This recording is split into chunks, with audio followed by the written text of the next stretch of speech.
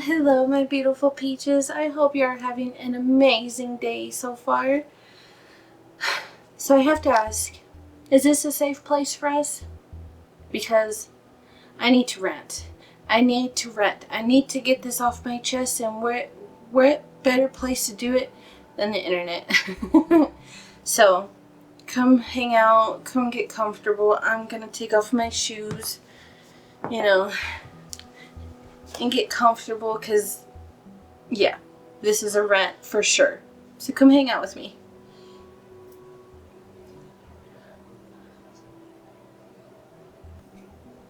Okay, my peaches, so you're probably wondering, what are you ranting about? What's the problem? What's the issue? Well, it's the same thing that I've kind of been talking about for a little while. And I don't know, I feel like I just need to get this off my chest. What is that? Well, it's my hysterectomy, or pretty much the steps that it took me to get to my hysterectomy, and pretty much just to rant about how hard it is to get help when you're a woman at times. 'Cause I don't know why it's this hard, or why you need to go through these steps sometimes, but yeah, that's what we're gonna rant about. So, my issues have been ongoing for a long time. I was a person that had their time of the month at the pretty young age. I know that there's some women out there that were younger. I was 9 years old, and from that point on, I just had issues. Honestly, I don't know if it was because I went on birth control at a young age as well. I don't know what happened. It just started from there. I started having pain. Why? Nobody could tell me. They thought it was because of the birth control I was on, so they switched me to another, thinking that would help the issue, but pain continued. And it was just pain that was just like, here, you have your cramps and stuff like that, but there was just a pain that it felt like just a ball. It was just chilling there, giving me pain. Nobody could tell me what it was. And so they dismissed it, kept giving me birth control for a long time.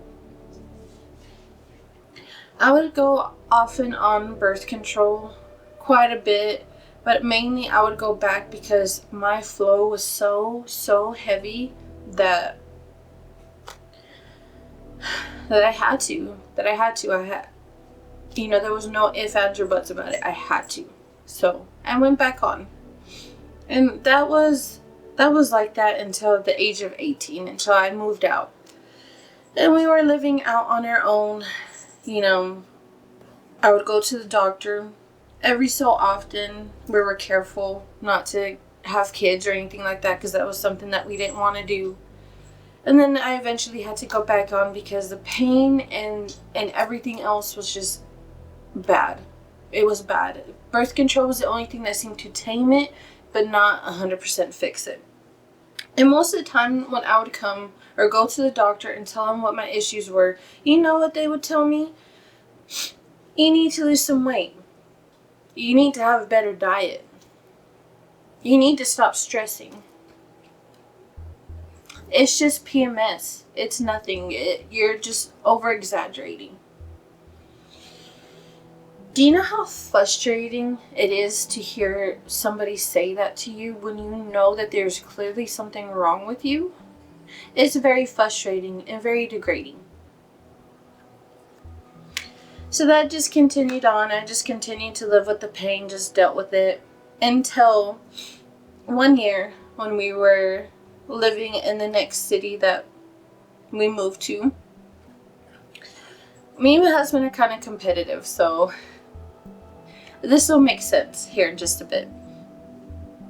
I think it was like a company party. I'm not 100% sure. I don't know if it was for me or for him. Who knows? Either way. We were at a gaming center, kind of like a Dave & Buster's type of thing, or it could have been Dave & Buster's, honestly, I don't remember, but it was something like that. And me and him really like to play air hockey, and we get very into it. So then we were playing air hockey. I was hitting my stomach into the table really hard, just slamming it in because I was trying to hit that puck really good, trying to like win, trying to score against him. You know, I was just really giving it my all. Well, I gave him my all so much that I apparently had a cyst on one of my ovaries and I made it burst. That night I was crying. I wasn't screaming, but I was crying. I was just like, oh my God, I'm in so much pain. I don't know what to do. And that was the first time I had ever experienced that much pain. So we go to the hospital and they do, it's late at night, like it's after midnight. And so they have to call special people to come in and stuff like that. So they do a vaginal ultrasound where they just stick this wand up you so they can get a clearer image. And what they found was a pretty big cyst on my right ovary that was clear. So that means that it was good, that there shouldn't be any issues, but it's just I made it burst and it was leaking and that was causing pain. So they just sent me home with some pain pills and was like, you'll be all right. Well, I ended up staying home from work the next day and I continued to have pain. And I was just like, okay, I guess that's what the pain is. I have a cyst. What can I do, you know? So I continued to live with that pain for a while. Then we moved to our next city that we lived in. I know, we lived in quite a few cities, not gonna lie. We moved there, and then I start having even more pain, and it's honestly just starting to bother me that I just can't take it anymore. So I tell my primary care doctor that I'm sick of it. I'm sick of it. I think there's something there. Can somebody help me out and take a look? They get me help, thankfully. She finds another doctor who specializes in gynecology and things like that to help me out.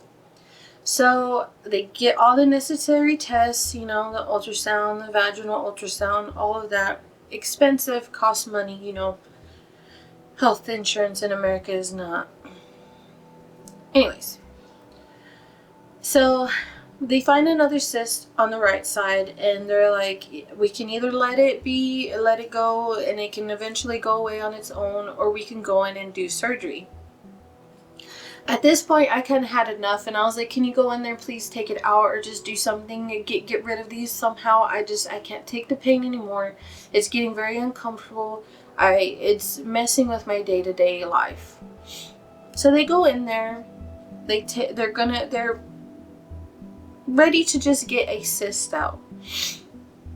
They go in there and they see that this cyst has completely obliterated my right tube. So you have your ovary and then there's a tube that goes down that sends the egg down there into your uterus.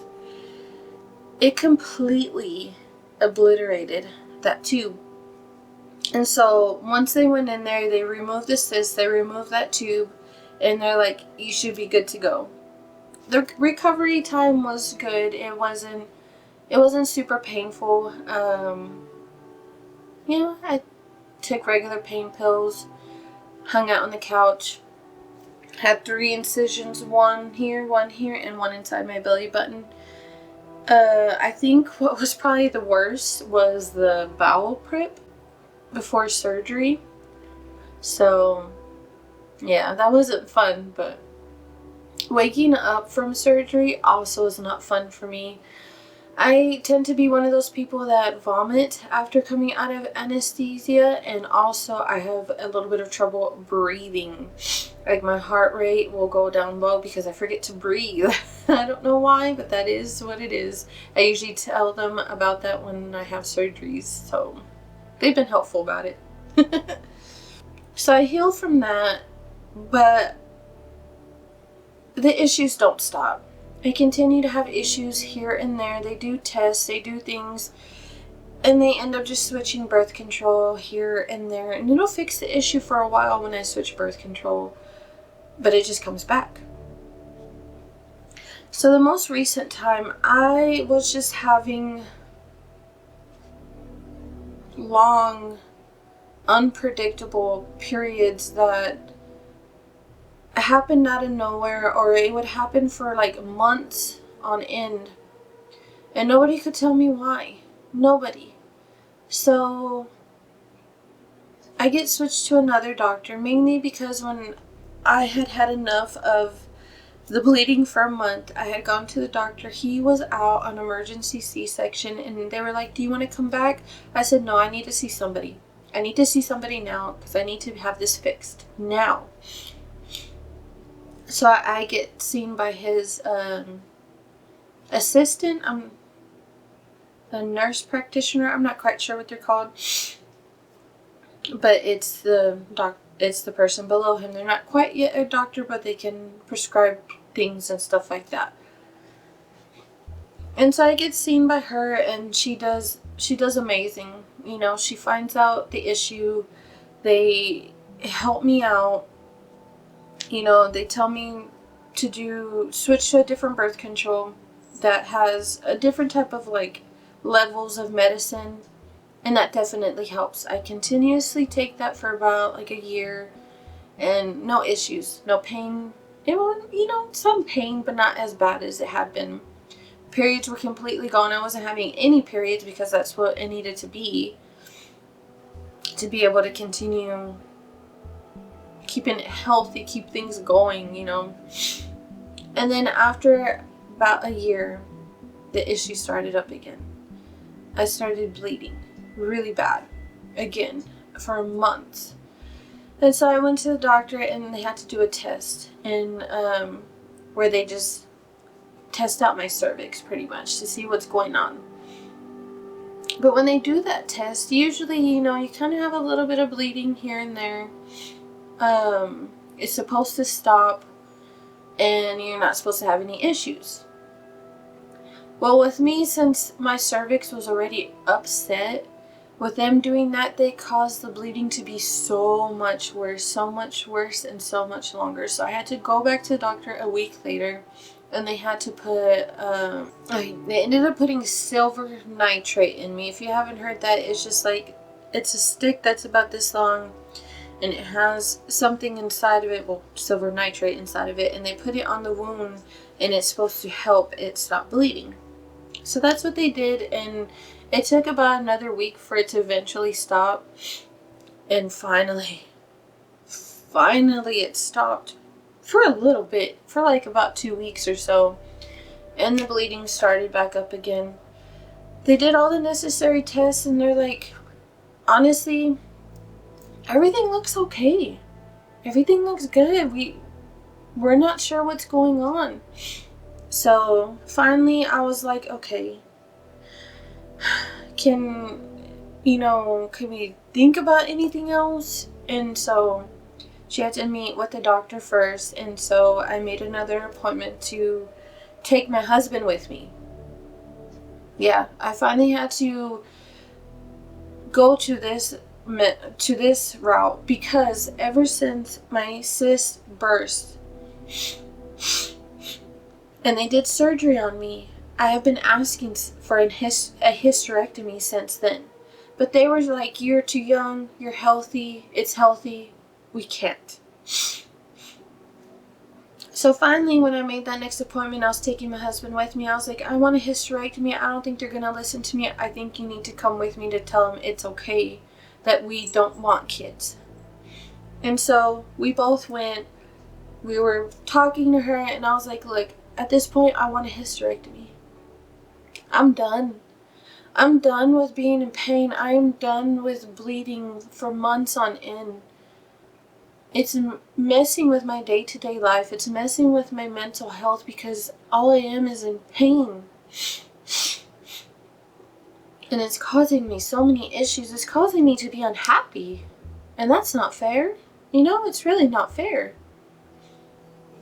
And so she's like, okay, we'll set up an appointment with the main doctor for a surgical consult to see if this can be done. I was like, yes, finally a step closer to getting my hysterectomy.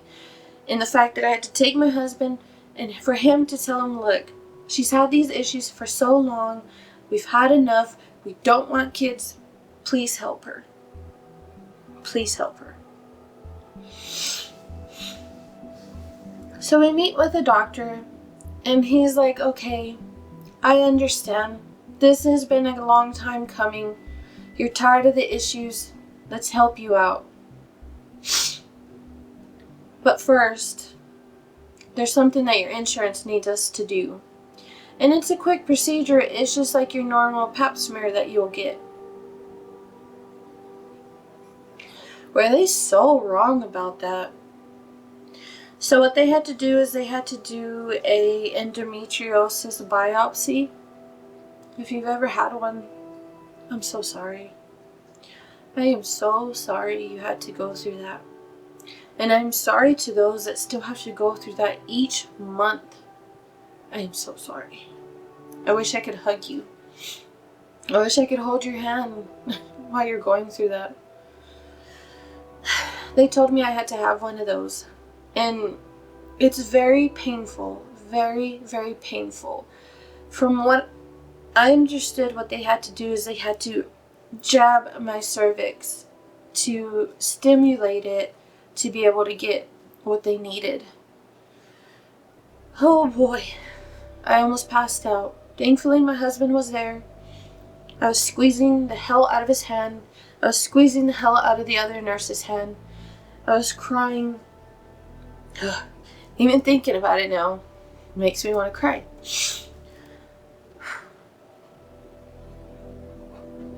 But anyways, they got what they needed. Thankfully, it looked good. They looked like they got what they needed. So they were able to send it off so that the insurance can get what they needed so they can approve me for this hysterectomy. They originally were going to go with like August 14th, but they're like, sometimes insurance does take a while, so they pushed it till the 28th. Everything was approved. Everything was good. We were all good to go. Went to pre-op, did all of that. We were good to go, got my bowel prep. Disgusting, but I did it, and yeah, that was terrible. I hate doing bowel prep before surgery, but honestly, what I can recommend doing is if they tell you to drink magnesium citrate, I believe how you say it, I recommend getting the lemon flavor, and I recommend getting either like a Gatorade with a flavor that lemon goes good with, or just another lemon flavor Gatorade. That's what I recommend doing. That will help it go down easier. And make sure the magnesium citrate itself is cold. And that will help it go down easier, smoother, and drink it slowly. Don't drink it fast. If you drink it fast, you won't have a good time. Let's just say that you won't have a good time. So drink it slowly, unless they tell you you have to drink it within a certain amount of time. But if they don't, drink it slowly, take your time, and then just drink a bunch of water after that. And then be prepared to be in the bathroom, for the rest of the night. With drinking that, it was over about an hour or two before surgery was ready to go. So I was good there. My surgery was pretty early in the morning, but that day it was raining. It was raining so hard. I was so scared. But thankfully the hospital wasn't that far. My poor husband, though, as he was trying to get into the car, he hit his head really hard and gave himself a pretty good gash right here. So when we shot him to the hospital, he was oozing stuff. Thankfully he wasn't bleeding anymore, but he was oozing. My brother was there. He was there to hang out with my husband while I had surgery, and to stay there while my husband had to come back and take care of the dogs. My surgery, I believe they said, was about 2-3 hours long, 2.5 hours long. I'm not quite sure. To me, I just remember them coming in, talking to me, like me getting onto the surgical table, them talking to me while they're preparing me to get ready to put me in Trendenberg, where my legs are going to be up in the air. Thinking about it is just hilarious, but they have my legs up in the air while they're doing the surgery so they can, do what they got to do in there. I remember them talking to me, and they're like, okay, you're gonna go to sleep, count down from 10. And I remember just looking around, and I just start seeing black spots, and I was like, here it comes. The best sleep I'm gonna have. And then I was out. And then I would come to in the recovery room. You know, they're trying to get me to keep breathing. And I'm trying to wake up. I'm trying my best, but it's so hard. I don't really feel good because, like I mentioned, I tend to throw up after anesthesia. I don't know if it's because of like the dizziness. I'm not quite sure. They did put a patch behind my ear. I think it was like a motion sickness patch, kind of. That's what they put on me to help with that. It really didn't help, unfortunately. I did end up throwing up once they got me to my room because I did have to stay the night. That hurt. That hurt, vomiting after a hysterectomy. Not even an hour after a hysterectomy. It hurt. I ended up having a total hysterectomy without openrectomy, I believe is how they pronounce it. They took everything and left my ovaries. They took my cervix, all of that. Because with the issues that I was having, if I left my cervix, more than likely I would have had to have another surgery soon. So I didn't want to have to deal with that. So I stayed the night in the hospital. There was another lady that was next door to me who also had a hysterectomy, but she had to have an abdominal hysterectomy, so where they had to cut you on your abdominal area because your uterus was either too big or you had fibroids that were too big. Just there's so many reasons why they had to do that. With me, they just had to do the 3 incisions again, 1 in my belly button, 2 on the side. They were able to cut everything through with the robot there, and then they pulled everything out through that area. So even though I will never give birth in my lifetime because of the hysterectomy, I gave birth to my uterus. So there's that. The night in the hospital was okay. I mean, they took care of me. They took very good care of me. They were on time with my medicine. They came in, talked to me, hung out with me a little bit, you know, did what they did, and it was amazing. It's just, I don't like hospitals. That was my first time spending a night in a hospital, and I had to do it on my own. Not like saying people chose not to stay with me.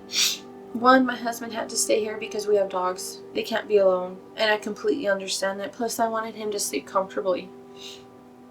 2, I wasn't expecting anybody to stay with me, honestly. I didn't want anybody to be uncomfortable, so I told my brother, go home. I'll be okay. Plus, they were about to go out of town. They had planned that trip since the beginning of the year, and I had just found out about my surgery after they told me about their trip. So I was like, no, go on your trip. Don't worry about me.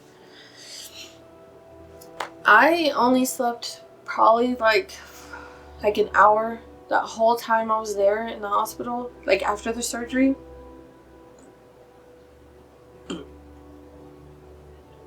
I honestly tried, but I wasn't comfortable. I wanted to be home. So I just watched Harry Potter, hung out. They would bring me soda, Jello, you know, come talk to me.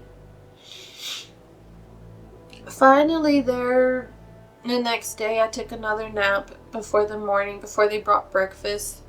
Breakfast was okay. Hospital food is never that good to me, but you know, it's food. The nurse that was taking care of me that morning, she took out my catheter, which I was so ready for that. They had it in me since I had surgery, so I didn't have to get up. It wasn't painful, it was just uncomfortable. This was my second time having a catheter, and I will say the first time I had a catheter taken out, it hurt to pee. For a few days after, it hurt to pee. Second time around, it actually didn't hurt. It felt okay, you know. But things did feel weird, you know, because the parts that were in there were no longer in there, and my bladder had to be moved around to do the surgery. So it did feel a little weird, but I was able to go pee as soon as they got the catheter out, and the packing that I had in there, you know. Pulling gauze out of there like if it was like a trick from a magician, you know, just handkerchiefs. Just kept going. just kept going, and then finally at the very end it came out and it hurt. The last bit hurt, but I was okay. They made me put on some surgical underwear, which was not very comfortable, but it's okay. After a little bit, I put on my own underwear. I walked around for a little bit because it felt good to move. And then finally my husband came, and then finally they discharged me. It took forever. What seems like it felt forever. They finally discharged me. And I come home to see my girls. I was so excited. I was so excited to see my husband. I was so excited to see my girls. Getting comfortable after hysterectomy for the first month is honestly annoying. But listen to your body. You can get comfortable in so many different ways, but main thing is listen to your body. If it hurts, change positions. If it's not very comfortable to you, find another position. What I recommend is if you have a recliner, use a recliner. That will help you get very comfy at least the first 2 to 3 weeks. After that, you can sit on a couch and just make sure you have a bunch of pillows around you to help support you, But once I got to a month, I felt good. I still had pain, but I felt good. I had my first checkup. I believe it was 2 weeks after my hysterectomy. The incisions looked good. They were like, you look fine. They didn't do any internal looking, which is fine. I honestly wasn't ready for them to be all up in there yet. So, Then I had a next checkup at 6 weeks, and at 6 weeks I was feeling amazing. I still had some aches and pains here. My energy level was still kind of bad. But I was definitely getting better. Definitely getting better. They cleared me for everything then. Anything and everything. Right at 6 weeks. So I tried it. It. At 6 weeks, and I was fine. We took it easy. We took it slow, and everything was fine. No issues there, and no issues have been happening since. Every so often I will get some little aches and pains, some little twinges of pain here and there. But I think that may be the scar tissue. But I'm also trying yoga now. Like I said, my surgery was August 28th. As I'm filming this, it is January 28th. So, let's see.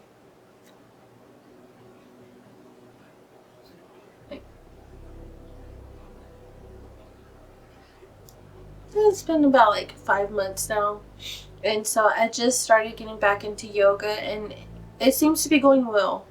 I did try a little bit earlier, around 14 weeks, between 14 and 16 weeks. I wasn't ready yet. I wasn't ready to do yoga. I wasn't ready to stretch. Women's bodies are different, so you may be ready to do it way before that. You may be ready to do weights and stuff like that. And I have heard of people who weightlift, who have been able to go back after being cleared. You just have to take it easy. And if you're ever curious about other women's experiences in real time, I would suggest checking out Reddit. I'll link it down in the description below, so that way you can have other women to talk to or hear about their other experiences. And if you're getting ready to have your hysterectomy, there will be other women there who have had theirs, or who are going to have theirs, or who have recently had theirs. And you can ask them anything, just like you can ask me anything. If you made it to this point of the video, go ahead and give it a like, a comment, a share, subscribe, and hit that bell to be notified of any future videos that I post. I know this may have been a very weird video, but honestly it was a rant video. A rant about how long it took me to get help. Because like I said, my period started at 9. I started having very worst issues when I was in my 20s. And I didn't have my hysterectomy until I was about to turn 34. because my birthday was actually during recovery time, which is fine. I don't mind it at all. It was the best birthday present I could have given myself, or we could have given me. It was the best present ever. But it took so long. And the fact that I had to take my husband for them to agree to it. And the fact that the insurance needed this most painful biopsy before they could approve it. It was a long road. A very, very long road. I'm glad it's finally over. And I hope no more issues arise, but who knows? I do still have my ovaries. That would be the last thing that they would have to deal with if any issues come up. Thankfully, if I do have to have surgery, it'll just be like the incisions, and that'll be it. But I don't want any more issues, honestly, because trying to get help as a woman is annoying. Especially when you have on your chart that you've had some mental issues before. It's hard. You get told the usual. Lose weight. Try a different diet. Exercise. Don't be so stressed out. Meditate. It's all in your head.